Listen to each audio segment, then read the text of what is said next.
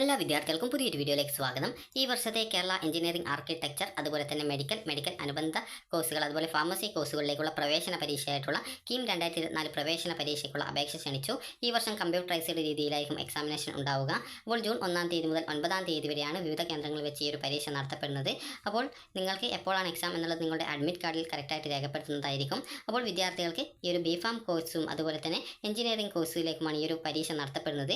അതുപോലെ തന്നെ നിങ്ങൾക്ക് മെഡിക്കൽ അനുബന്ധ കോഴ്സുകൾ അതായത് MBBS PDS ഇതുപോലുള്ള മെഡിക്കൽ അനുബന്ധ കോഴ്സുകളിലേക്കുള്ള പ്രവേശനം നീറ്റിൻ്റെ സ്കോർ അടിസ്ഥാനപ്പെടുത്തിയും ആർക്കിടെക്ചർ കോഴ്സിലേക്കുള്ള പ്രവേശനം നാറ്റ നടത്തുന്ന അതായത് national aptitude test of architecture എക്സാമിനേഷനിൽ നിങ്ങൾക്ക് ലഭിക്കുന്ന സ്കോറിനെയും അടിസ്ഥാനപ്പെടുത്തിയിട്ടായിരിക്കും ആർക്കിടെക്ചർ കോഴ്സിലേക്കുള്ള അഡ്മിഷൻ നടത്തുന്നത്.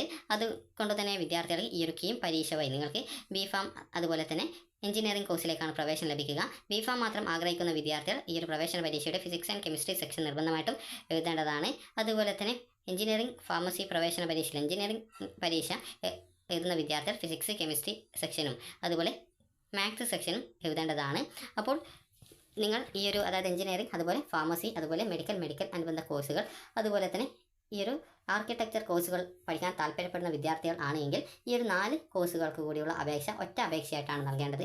ഈ ഒരു അപേക്ഷയിൽ തന്നെ നിങ്ങൾ ഏതൊക്കെ കോഴ്സാണ് സെലക്ട് ചെയ്യുന്നത് എന്നുള്ളത് സംബന്ധിച്ചുള്ള ചെക്ക് ബോക്സുകൾ നൽകിയിട്ടുണ്ടാകും. ആദ്യം എഞ്ചിനീയറിംഗ് അതുപോലെ തന്നെ ഫാർമസി അതുപോലെ തന്നെ മെഡിക്കൽ അനുബന്ധ കോഴ്സുകൾ അതുപോലെ തന്നെ ആർക്കിടെക്ചർ കോഴ്സ് എന്നിങ്ങനെയായിരിക്കും ഓപ്ഷൻ ഉണ്ടാവുക. അപ്പോൾ നിങ്ങൾക്ക് ഇത് ഏതൊക്കെ കോഴ്സുകളാണോ നിങ്ങൾ പഠിക്കാൻ താല്പര്യപ്പെടുന്നത് അപ്പോൾ അതനുസരിച്ച് 5 എണ്ണം നിങ്ങൾ പഠിക്കുന്നുണ്ടെങ്കിൽ അതായത് ഈ ബയോളജി സയൻസ് പഠിച്ച് നീറ്റ് ചെയ്ത വിദ്യാർത്ഥികൾക്ക് മാത്രമേ മെഡിക്കലിന് അപ്ലൈ ചെയ്യാൻ പറ്റുള്ളൂ. അപ്പോൾ അങ്ങനെ മെഡിക്കൽ അനുബന്ധ കോഴ്സുകളിലേക്ക് അപ്ലൈ ചെയ്യാൻ പറ്റുള്ളൂ. അപ്പോൾ അങ്ങനെയുള്ള വിദ്യാർത്ഥികൾ മാത്രം അത് സെലക്ട് ചെയ്യുക.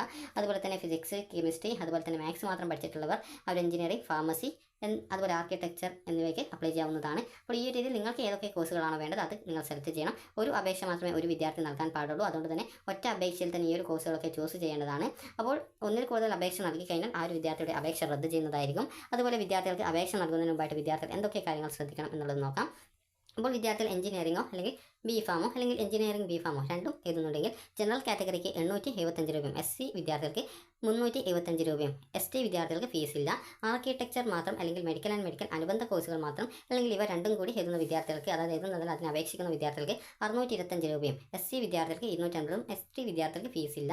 അതുപോലെ തന്നെ ഈ ഒരു 4 കോഴ്സുകളും അതായത് എഞ്ചിനീയറിംഗ് അല്ലെങ്കിൽ ബിഫാം അല്ലെങ്കിൽ ആർക്കിടെക്ചർ അല്ലെങ്കിൽ മെഡിക്കൽ അനുബന്ധ കോഴ്സുകൾ അല്ലെങ്കിൽ ഇവ 4 കോഴ്സുകളും നിങ്ങൾക്ക് അപ്ലൈ ചെയ്യണമെന്നുണ്ടെങ്കിൽ നിങ്ങൾക്ക് ഈ ഒരു 1125 രൂപയാണ് ജനറൽ കാറ്റഗറിക്ക് വരുന്ന ആ ഒരു എമൗണ്ട് അതായത് അപേക്ഷാ ഫീ. അതായത് SC വിദ്യാർത്ഥികൾക്ക് 500 രൂപയും ST വിദ്യാർത്ഥികൾക്ക് ഫീസില്ല എന്നുള്ളതുമാണ്. നിങ്ങൾക്ക് ഓൺലൈനായിട്ടാണ് ഈ ഒരു ഫീ പേയ്മെൻറ്റ് ചെയ്യേണ്ടത്. അതുപോലെ തന്നെ എഞ്ചിനീയറിംഗ് പ്രവേശന പരീക്ഷ ദുബായ് കേന്ദ്രമായി തിരഞ്ഞെടുക്കുന്ന വിദ്യാർത്ഥികൾ അപേക്ഷാ ഫീസിന് പുറമെ അധിക ഫീസായിട്ട് 15,000 രൂപ കൂടി നൽകേണ്ടതായി വരുന്നതാണ്. അതുപോലെ അടച്ച ഫീസ് യാതൊരുവിധ കാരണവശാലും തിരിച്ചു തരുന്നതായിരിക്കില്ല. അതുപോലെ വിദ്യാർത്ഥികൾ അപേക്ഷ നൽകുന്ന മുമ്പ് നിങ്ങൾ പ്രത്യേകം ശ്രദ്ധിക്കേണ്ട കാര്യങ്ങൾ ആദ്യം തന്നെ നിങ്ങളുടെ ഒരു മൊബൈൽ നമ്പറും അതുപോലെ ഇമെയിൽ ID വേണം. അത് ആക്റ്റീവ് ആയിട്ടുള്ള ഇതായിരിക്കണം. അതായത് കാരണം പല വിദ്യാർത്ഥികളും കഴിഞ്ഞ വർഷം ഈ ഒരു അലോട്ട്മെൻറ്റ് പ്രോസസ്സ് നടക്കുന്ന സമയത്ത് മൊബൈൽ നമ്പർ റദ്ദായിപ്പോയി. അതായത് റീചാർജ് ചെയ്യാതെ കൊണ്ട് തന്നെ 3 മാസത്തിന് ശേഷം അത് റദ്ദാക്കി അതായത് ഓട്ടോമാറ്റിക്കലി ആ ഒരു നമ്പർ കട്ടായിപ്പോയി. അത് എന്തോ ചെയ്യാൻ പറ്റുമോ എന്നുള്ളതൊക്കെ ചോദിക്കാറുണ്ട്. അപ്പോൾ അതുകൊണ്ട് തന്നെ നിങ്ങളുടെ നമ്പർ ആക്റ്റീവായിട്ട് ഇരിക്കുന്ന ഏത് നമ്പറാണോ നിങ്ങളുടെ വീട്ടിലുള്ളത് നിങ്ങളുടെയോ അല്ലെങ്കിൽ നിങ്ങളുടെ അച്ഛൻ്റെയോ അല്ലെങ്കിൽ അമ്മയുടെയോ അത് നിങ്ങളുടെ രക്ഷിതാക്കളുടെയോ നമ്പർ മാത്രം നൽകാനായിട്ട് ശ്രദ്ധിക്കുക. അതായത് നിങ്ങളുടെ കൂടെ ആ ഒരു അലോട്ട്മെൻറ്റ് കംപ്ലീറ്റ് ചെയ്യുന്നവരെ നിങ്ങളുടെ വീട്ടിൽ ആരൊക്കെയുണ്ടോ അവരുടെ നമ്പർ കൊടുക്കാവുന്നതാണ്. അതുപോലെ തന്നെ ഈ ഒരു നമ്പർ റീചാർജ് ചെയ്യുന്നതായിരിക്കണം, അതായത് ആക്റ്റീവ് ആയിരിക്കണം. അതുപോലെ ഇമെയിൽ ID മെസ്സേജ് അയച്ചാൽ മെസ്സേജ് ലഭിക്കുന്നതായിരിക്കണം. കാരണം OTP ഒക്കെ ഓരോ സമയത്ത് അലോട്ട്മെൻറ്റ് ഘട്ടത്തിൽ ഓപ്ഷൻ രജിസ്ട്രേഷൻ ചെയ്യുന്ന സമയത്ത് OTP ഒക്കെ വരും. അപ്പോൾ ആ ഒരു സമയത്ത് അത് ആവശ്യമായിട്ട് വരും. അപ്പോൾ മൊബൈൽ നമ്പറോ അല്ലെങ്കിൽ OTP അതായത് ഇമെയിൽ ID മിസ്സായി പോവുകയോ അല്ലെങ്കിൽ ആ ഒരു നമ്പറോ ഇമെയിൽ ID ക്യാൻസലായി പോവുകയോ ചെയ്ത് കഴിഞ്ഞാൽ പിന്നീട് ഈ ഒരു ഓപ്ഷൻ രജിസ്ട്രേഷൻ ചെയ്യാനായിട്ട് സാധിക്കാതെ വരും. അപ്പോൾ അതുകൊണ്ട് തന്നെ നിങ്ങൾ നൽകുന്ന മൊബൈൽ നമ്പറും അതുപോലെ ഇമെയിൽ ID ആക്റ്റീവ് ആണ് എന്നുള്ള കാര്യം നിങ്ങൾ പ്രത്യേകം ശ്രദ്ധിക്കുക. കാരണം പിന്നീട് ഒരു ബുദ്ധിമുട്ട് ആവരുത്. അതുപോലെ തന്നെ നിങ്ങൾക്ക് അടുത്തതായിട്ട് വേണ്ടത് SSLC സർട്ടിഫിക്കറ്റ് അല്ലെങ്കിൽ തത്തുല്യ സർട്ടിഫിക്കറ്റ് ആണ്. അടുത്തതായിട്ട് നേറ്റിവിറ്റി സർട്ടിഫിക്കറ്റ് അല്ലെങ്കിൽ ജനനത്തീയതി തെളിയിക്കുന്ന സർട്ടിഫിക്കറ്റ് ആണ്. ജനനത്തീയതി തെളിയിക്കുന്നതിനായിട്ട് നിങ്ങൾ SSLC സർട്ടിഫിക്കറ്റിൽ ആ ഒരു ഡീറ്റെയിൽസ് ഉണ്ടെങ്കിൽ ആ ഒരു സർട്ടിഫിക്കറ്റ് ഉപയോഗിക്കാം. നേറ്റിവിറ്റി സർട്ടിഫിക്കറ്റ് നിങ്ങൾക്ക് അക്ഷയമായി അപ്ലൈ ചെയ്ത് കഴിഞ്ഞാൽ നേറ്റിവിറ്റി സർട്ടിഫിക്കറ്റ് കിട്ടുന്നതായിരിക്കും. അതുപോലെ തന്നെ നിങ്ങൾക്ക് കാസ്റ്റ് അതായത് സാമുദായിക സംവരണം ഉണ്ടെങ്കിൽ അല്ലെങ്കിൽ മറ്റ് പ്രത്യേക സംവരണം ഉണ്ടെങ്കിൽ അങ്ങനെയുള്ള വിദ്യാർത്ഥികൾ അതുമായി ബന്ധപ്പെട്ട ഡോക്യുമെൻറ്റ് കൊണ്ടുപോകേണ്ടതാണ്, അതായത് അപ്ലോഡ് ചെയ്യേണ്ടതാണ്. അപ്പോൾ SC BC വിഭാഗം എന്ന് പറഞ്ഞാൽ അതിൽ അതായത് OBC ഉൾപ്പെടെ ഏകദേശം കുറേ വിഭാഗം ഉൾപ്പെടുന്നുണ്ട്. അപ്പോൾ അതിൻ്റെ ലിസ്റ്റ് അറിയുന്നതിനായിട്ട് പ്രോസ്പെക്ടസ് കറക്റ്റായിട്ട് ചെക്ക് ചെയ്യുക. അപ്പോൾ മറ്റ് സമുദായത്തിൽപ്പെട്ട OEC എന്നിവ വരും എന്നിങ്ങനെയുള്ള വിദ്യാർത്ഥികൾ NOC അതായത് ഈ ഒരു നോൺ ക്രിമിനൽ സർട്ടിഫിക്കറ്റ് ആണ് നൽകേണ്ടത്. നോൺ ക്രിമിനൽ സർട്ടിഫിക്കറ്റ് നിങ്ങൾക്ക് ലഭിക്കണമെന്നുണ്ടെങ്കിൽ നിങ്ങൾ ഇൻകം സർട്ടിഫിക്കറ്റ് കാസ്റ്റ് സർട്ടിഫിക്കറ്റ് ഇതൊക്കെ ആക്കേണ്ടി വരും. അപ്പോൾ നിങ്ങൾക്ക് ഈ ഒരു നോൺ ക്രിമിനൽ സർട്ടിഫിക്കറ്റ് വില്ലേജ് ഓഫീസിൽ നിന്നാണ് ലഭിക്കുക. അതായത് നിങ്ങൾ അക്ഷയ വഴി അപ്ലൈ ചെയ്ത് കഴിഞ്ഞാൽ വില്ലേജ് ഓഫീസറാണ് ഈ ഒരു സർട്ടിഫിക്കറ്റ് തരുന്നത്. അത് വില്ലേജ് ഓഫീസിൽ നിന്ന് തരുന്ന സർട്ടിഫിക്കറ്റ് തന്നെ നിങ്ങൾ എഡ്യൂക്കേഷണൽ പർപ്പസിനും അതുപോലെ സ്റ്റേറ്റ് പർപ്പസിനും ഉള്ളതാണെന്നുള്ളത് കറക്റ്റായിട്ട് ശ്രദ്ധിക്കേണ്ടതാണ്. കാരണം ഈ ഒരു നോൺ ക്രിമിനൽ സർട്ടിഫിക്കറ്റ് 3 തരത്തിലുള്ള ഒന്ന്, അതായത് സെൻട്രൽ പർപ്പസിന്, അത് കേന്ദ്ര ജോലി ആവശ്യത്തിനുള്ളത്. സർട്ടിഫിക്കറ്റ് എന്ന് പറഞ്ഞാൽ ഈ ഒരു ജോബ് പർപ്പസിന് തന്നെയായിട്ടുള്ള സർട്ടിഫിക്കറ്റ് ഉണ്ട്. അതുപോലെ സ്റ്റേറ്റ് പർപ്പസിനുള്ള സർട്ടിഫിക്കറ്റ് ഉണ്ട്. അപ്പോൾ നിങ്ങൾക്ക് വാങ്ങിക്കേണ്ട സർട്ടിഫിക്കറ്റ് സ്റ്റേറ്റ് പർപ്പസിനുള്ളതും അതുപോലെ എഡ്യൂക്കേഷൻ പർപ്പസിന്, അത് വിദ്യാഭ്യാസ ആവശ്യത്തിന് സ്റ്റേറ്റ് ഗവൺമെൻറ് തരുന്ന ആ ഒരു നോൺ ക്രിമിനൽ സർട്ടിഫിക്കറ്റ് ആണ് നിങ്ങൾ വില്ലേജ് ഓഫീസിൽ നിന്ന് വാങ്ങിച്ച് അപ്ലോഡ് ചെയ്യേണ്ടത്. അതുപോലെ തന്നെ നിങ്ങൾക്ക്, അതായത് നോൺ ക്രിമിനൽ വിഭാഗത്തിൽ ഉൾപ്പെടാത്ത വിദ്യാർത്ഥികളുണ്ടാവും. അപ്പോൾ അങ്ങനെയുള്ള വിദ്യാർത്ഥികൾ, അതായത് OEC അപേക്ഷകർ വിദ്യാഭ്യാസ ആനുകൂല്യങ്ങൾക്ക് വേണ്ടി വില്ലേജ് ഓഫീസർ നൽകുന്ന സാമുദായിക സർട്ടിഫിക്കറ്റ് ഓൺലൈനായിട്ട് അപ്ലോഡ് ചെയ്യേണ്ടതാണ്. അതുപോലെ അപേക്ഷകൻ്റെ SSLC വിദ്യാഭ്യാസ രേഖയിൽ ജാതി സമുദായം കൃത്യമായി രേഖപ്പെടുത്തിയിട്ടുണ്ടെങ്കിൽ, അത് നിങ്ങളുടെ കാസ്റ്റ് അതുപോലെ റിലീജിയൻ എന്നിവ കൃത്യമായിട്ട് രേഖപ്പെടുത്തിയിട്ടുണ്ടെങ്കിൽ അത് വില്ലേജ് ഓഫീസർ നൽകുന്ന സാമുദായിക സർട്ടിഫിക്കറ്റിന് പകരമായിട്ട് പരിഗണിക്കുന്നതാണ്. അതുപോലെ SC ST വിഭാഗത്തിൽ ഉൾപ്പെട്ടിട്ടുള്ള വിദ്യാർത്ഥികൾ, നിങ്ങൾ കമ്മ്യൂണിറ്റി സർട്ടിഫിക്കറ്റ് ആണ് അപ്ലോഡ് ചെയ്യേണ്ടത്. അത് തഹസിൽദാറിൽ നിന്നാണ് ലഭിക്കുക. അത് നിങ്ങൾ അക്ഷയയിൽ പോയി കഴിഞ്ഞാൽ നിങ്ങൾക്ക് ആ ഒരു തഹസിൽദാർ നൽകുന്ന ആ ഒരു കാസ്റ്റ്, അതായത് കമ്മ്യൂണിറ്റി സർട്ടിഫിക്കറ്റ് ലഭിക്കുന്നതാണ്. അതുപോലെ നിങ്ങളുടെ രക്ഷിതാക്കളിൽ ആരെങ്കിലും മിശ്ര വിവാഹിതർ ഉണ്ടെങ്കിൽ, അതായത് ഒരാൾ പട്ടികജാതി പട്ടികവർഗ വിഭാഗത്തിൽ ഉൾപ്പെട്ടവരാണ് എങ്കിൽ നിങ്ങൾക്ക് ആ ഒരു തഹസിൽദാർ നൽകുന്ന, അതായത് ജാതി സർട്ടിഫിക്കറ്റിനോടൊപ്പം സവർണാനുകൂല്യത്തിനായിട്ട് തഹസിൽദാറിൽ നിന്ന് ലഭിക്കുന്ന മിശ്രവിവാഹ സർട്ടിഫിക്കറ്റും അപ്ലോഡ് ചെയ്താൽ നിങ്ങൾക്ക് ആ ഒരു റിസർവേഷൻ ലഭിക്കുന്നതായിരിക്കും.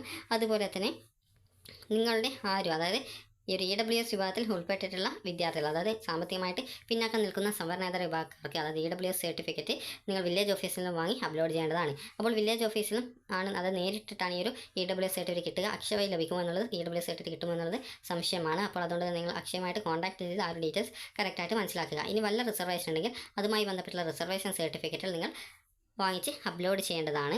അതുപോലെ NRI കോട്ട പ്രവേശനത്തിന് അപേക്ഷകൻ അല്ലെങ്കിൽ അപേക്ഷക വിദേശത്ത് ജോലി ചെയ്യുന്ന അച്ഛൻ, അമ്മ, സഹോദരൻ അല്ലെങ്കിൽ സഹോദരി, അല്ലെങ്കിൽ മാതാപിതാക്കളുടെ സഹോദരി, സഹോദരന്മാരുടെ മകൻ അല്ലെങ്കിൽ മകൾ ഉൾപ്പെടെ, അല്ലെങ്കിൽ ഭർത്താവ്, ഭാര്യ, അച്ഛൻ്റെയോ അമ്മയുടെയോ സഹോദരി, അതുപോലെ ഇവിടെ കുറച്ച്, അതായത് അതുപോലെ ദത്തെടുത്ത അമ്മയുടെ ആശ്രിതർ അല്ലെങ്കിൽ ദത്തെടുത്ത അച്ഛൻ എന്നിങ്ങനെ കുറേ അതായത് നിങ്ങളിപ്പോൾ സ്ക്രീനിൽ കാണുന്ന ഇതേ രീതിയിൽ നൽകിയിട്ടുണ്ട്. അപ്പോൾ ഇങ്ങനെ ആരുടെയെങ്കിലും ആശ്രിതരാണ് എങ്കിൽ നിങ്ങൾക്ക് ഈ ഒരു സംസ്ഥാനത്തെ മെഡിക്കൽ അതുപോലെ ദന്തൽ കോളേജുകൾ, അതായത് ശാസ്ത്ര ദന്തൽ കോളേജിൽ NRI കോട്ട സീറ്റുകളിലേക്ക് പ്രവേശനം ആഗ്രഹിക്കുന്ന വിദ്യാർത്ഥികൾ ഈ ഒരു താഴെ പറയുന്ന ഡോക്യുമെൻറ്റുകൾ അപ്ലോഡ് ചെയ്യണം. അതായത് നിങ്ങൾക്കിപ്പോൾ സ്ക്രീനിൽ കാണാൻ സാധിക്കും. അപ്പോൾ ഇതിൽ പറഞ്ഞ പ്രകാരമുള്ള ഡോക്യുമെൻറ്റുകളാണ് നിങ്ങൾ ഈ ഒരു NRI കോട്ട പ്രവേശനത്തിനായിട്ട് അപ്ലോഡ് ചെയ്യേണ്ടത്. അപ്പോൾ ഇത്രയുമാണ് നിങ്ങൾക്ക് വേണ്ടത്. അതുപോലെ തന്നെ നിങ്ങളുടെ കോഴ്സ് സർട്ടിഫിക്കറ്റിൻ്റെ മാർക്ക് ലിസ്റ്റ്, അതായത് നിങ്ങൾക്ക് ഇപ്പോൾ +2 നിങ്ങൾ ഓൾറെഡി ഇപ്പോൾ പഠിക്കുന്ന ഒരു വിദ്യാർത്ഥി, അതായത് ഇപ്പോൾ പരീക്ഷ എഴുതുന്ന വിദ്യാർത്ഥികളാണെങ്കിൽ നിങ്ങളുടെ രജിസ്ട്രേഷൻ നമ്പറാണ് നൽകേണ്ടി വരിക. അതായത് +2ൻ്റെ രജിസ്ട്രേഷൻ നമ്പറാണ് നിങ്ങൾ നൽകേണ്ടി വരിക. അപ്പോൾ അങ്ങനെയുള്ള വിദ്യാർത്ഥികൾ രജിസ്ട്രേഷൻ നമ്പർ നൽകുക. അതുപോലെ VHSC കോഴ്സ് പഠിച്ചിട്ടുള്ള, അതായത് VHSCയിൽ ഫിസിക്സ്, കെമിസ്ട്രി അതുപോലെ മാത്സ് പഠിച്ചിട്ടുള്ളവർക്കും ഈ ഒരു അപേക്ഷ സമർപ്പിക്കാൻ സാധിക്കുന്നതാണ്. അതുപോലെ തന്നെ അഡ്മിറ്റ് കാർഡ്, അതായത് എഞ്ചിനീയറിംഗ് ഫാർമസി പ്രവേശന പരീക്ഷയ്ക്കുള്ള അഡ്മിറ്റ് കാർഡ് www.ce.kerala.gov.in എന്ന വെബ്സൈറ്റ് വഴി നിങ്ങൾക്ക് ലഭിക്കുന്നതായിരിക്കും. അതുപോലെ നിങ്ങൾക്ക് കറക്റ്റായിട്ട് ഓരോ ഡീറ്റെയിൽസ് അറിയുന്നതിനായിട്ട് വിദ്യാർത്ഥികൾ ഈ ഒരു ce.kerala.gov.in എന്ന വെബ്സൈറ്റ് കറക്റ്റായിട്ട് ശ്രദ്ധിക്കേണ്ടതാണ്. അതുപോലെ തന്നെ വിദ്യാർത്ഥികൾക്ക് അടുത്തതായിട്ട് വേണ്ട നിങ്ങളുടെ ഫോട്ടോയും ഒരു സിഗ്നേച്ചറുമാണ്, വൈറ്റ് പേപ്പറിലിട്ട സിഗ്നേച്ചറുമാണ്. അപ്പോൾ അത് നിങ്ങൾ അപ്ലോഡ് ചെയ്ത് നൽകേണ്ടതുണ്ട്. അതുപോലെ തന്നെ ഇങ്ങനെ നിങ്ങൾ ഈ ഒരു അപ്ലോഡ് ചെയ്ത് കഴിഞ്ഞാൽ നിങ്ങൾക്ക്, അതായത് നിങ്ങളുടെ ഈ ഒരു അപേക്ഷ കൺഫേം ചെയ്യുന്നതിന് മുമ്പായിട്ട് നിങ്ങൾ നൽകുന്ന ഡീറ്റെയിൽസ് ഒക്കെ കറക്റ്റ് ആണോ എന്നുള്ളത് ചെക്ക് ചെയ്യേണ്ടതാണ്. നേരത്തെ പറഞ്ഞതുപോലെ അപേക്ഷ നൽകുന്നതിനായിട്ട് ആവശ്യമായിട്ടുള്ള ഡോക്യുമെൻറ്റുകൾ എന്ന് പറയുന്നത് ഒന്ന് മൊബൈൽ നമ്പർ, അതുപോലെ ഇമെയിൽ ID, അതുപോലെ SSLC സർട്ടിഫിക്കറ്റ്, അതുപോലെ നാറ്റിവിറ്റി, അതുപോലെ ഡേറ്റ് ഓഫ് ബർത്ത് തെളിയിക്കുന്നതിന് ആവശ്യമായിട്ടുള്ള ഡോക്യുമെൻറ്റ്, അതുപോലെ കാസ്റ്റ് അല്ലെങ്കിൽ കമ്മ്യൂണിറ്റി സർട്ടിഫിക്കറ്റ്, അതുപോലെ ഇൻകം സർട്ടിഫിക്കറ്റ്, അതായത് സാമ്പത്തിക സംവരണമുള്ളവർക്ക് ഇൻകം സർട്ടിഫിക്കറ്റ്, അതുപോലെ EWS ഉള്ളവർക്ക് EWS സർട്ടിഫിക്കറ്റ്, അതുപോലെ തന്നെ നോൺ ക്രിമിനൽ സർട്ടിഫിക്കറ്റ് ലഭിക്കുന്ന OBC, അതായത് SC BC OEC വിദ്യാർത്ഥികൾക്ക് നോൺ ക്രിമിനൽ സർട്ടിഫിക്കറ്റാണ് ആവശ്യമുള്ളത്. അപ്പോൾ മറ്റെന്തെങ്കിലും റിസർവേഷനുള്ള വിദ്യാർത്ഥികൾ അതത് സർട്ടിഫിക്കറ്റുകളും, അതുപോലെ +2ൻ്റെ ഇപ്പോൾ +2 പരീക്ഷ എഴുതുന്ന വിദ്യാർത്ഥികൾ ചിലപ്പോൾ ഹോൾ ടിക്കറ്റിൻ്റെ പകർപ്പ് അപ്ലോഡ് ചെയ്ത് നൽകേണ്ടതായിട്ട് വരും. അപ്പോൾ അതിൻ്റെ ഒരു കോപ്പി കൂടി കയ്യിൽ കരുതുക അപേക്ഷ നൽകാനായിട്ട് പോകുമ്പോൾ. അപ്പോൾ നിങ്ങൾ അക്ഷയ വഴിയോ അല്ലെങ്കിൽ ഓൺലൈനായിട്ട് ഇൻ്റർനെറ്റ് കഫേകൾ വഴിയോ അപ്ലൈ ചെയ്യാം. അപേക്ഷ നൽകി കൺഫേം ചെയ്യുന്നതിന് മുമ്പായിട്ട് നിങ്ങളുടെ അപേക്ഷയിലെ ഒരു തെറ്റുകളും ഇല്ല എന്നുള്ളതും, അതുപോലെ നിങ്ങൾക്ക് MBBS VDS, അതായത് അതുപോലെയുള്ള മെഡിക്കൽ അനുബന്ധ കോഴ്സുകളിലേക്കുള്ള പ്രവേശനത്തിനും, അതുപോലെ തന്നെ ആർക്കിടെക്ചർ കോഴ്സിലേക്ക് പ്രവേശനത്തിനും, അതുപോലെ തന്നെ നിങ്ങൾക്ക് ഈ ഒരു ഫാർമസി എഞ്ചിനീയറിംഗ് കോഴ്സിലേക്കുള്ള പ്രവേശനം ആഗ്രഹിക്കുന്ന വിദ്യാർത്ഥികൾ അതത് കോഴ്സുകൾ ഈ ഒരു രജിസ്ട്രേഷൻ ചെയ്യുന്ന സമയത്ത് തന്നെ ആ ഒരു ഓപ്ഷൻ കറക്റ്റായിട്ട് സെലക്ട് ചെയ്യേണ്ടതാണ്. ഇപ്പോൾ മാത്രമേ ആ രീതിയിൽ നിങ്ങൾക്ക് അത്രയും കോഴ്സുകൾ സെലക്ട് ചെയ്യാൻ പറ്റുള്ളൂ, പിന്നീട് അതിനുള്ള അവസരം ലഭിക്കുന്നതല്ല. അതുപോലെ തന്നെ നിങ്ങൾ അപേക്ഷ നൽകിയ ശേഷം എന്തെങ്കിലും ഡോക്യുമെൻറ്റുകളിൽ തെറ്റുകൾ ഉണ്ടെങ്കിൽ അതുമായി ബന്ധപ്പെട്ടുള്ള തെറ്റുകൾ തിരുത്തുന്നതിനായിട്ട് ഈ ഒരു വെബ്സൈറ്റിൽ ഈ ഒരു അപേക്ഷ കഴിഞ്ഞ ശേഷം ആ ഒരു തെറ്റുകൾ, അതായത് ഈ ഒരു വെബ്സൈറ്റിൽ എഡിറ്റ് ചെയ്യുന്നതിനായിട്ടുള്ള അവസരം തരുന്നതായിരിക്കും. അപ്പോൾ ആ ഒരു ഘട്ടത്തിൽ നിങ്ങൾ കറക്റ്റായിട്ട് ഈ ഒരു വെബ്സൈറ്റ് ഡെയിലി ചെക്ക് ചെയ്തുകൊണ്ട് എവിടെയാണ് തെറ്റുകൾ വന്നിട്ടുള്ളത് അതുമായി ബന്ധപ്പെട്ട് അത് തിരുത്താൻ ആവശ്യമായിട്ടുള്ള ഡോക്യുമെൻറ്റുകളൊക്കെ അപ്ലോഡ് ചെയ്ത് നൽകേണ്ടതായിട്ട് വരുന്നതാണ്.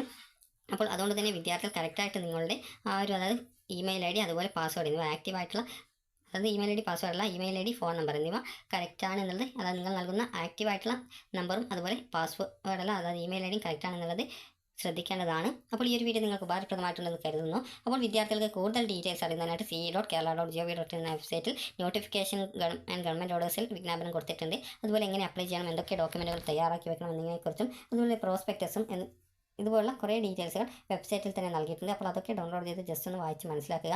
അപ്പോൾ ഈ ഒരു വീഡിയോ നിങ്ങൾക്ക് ഉപകാരപ്രദമായിട്ടുണ്ടെങ്കിൽ ലൈക്ക് ചെയ്യുക, ഷെയർ ചെയ്യുക.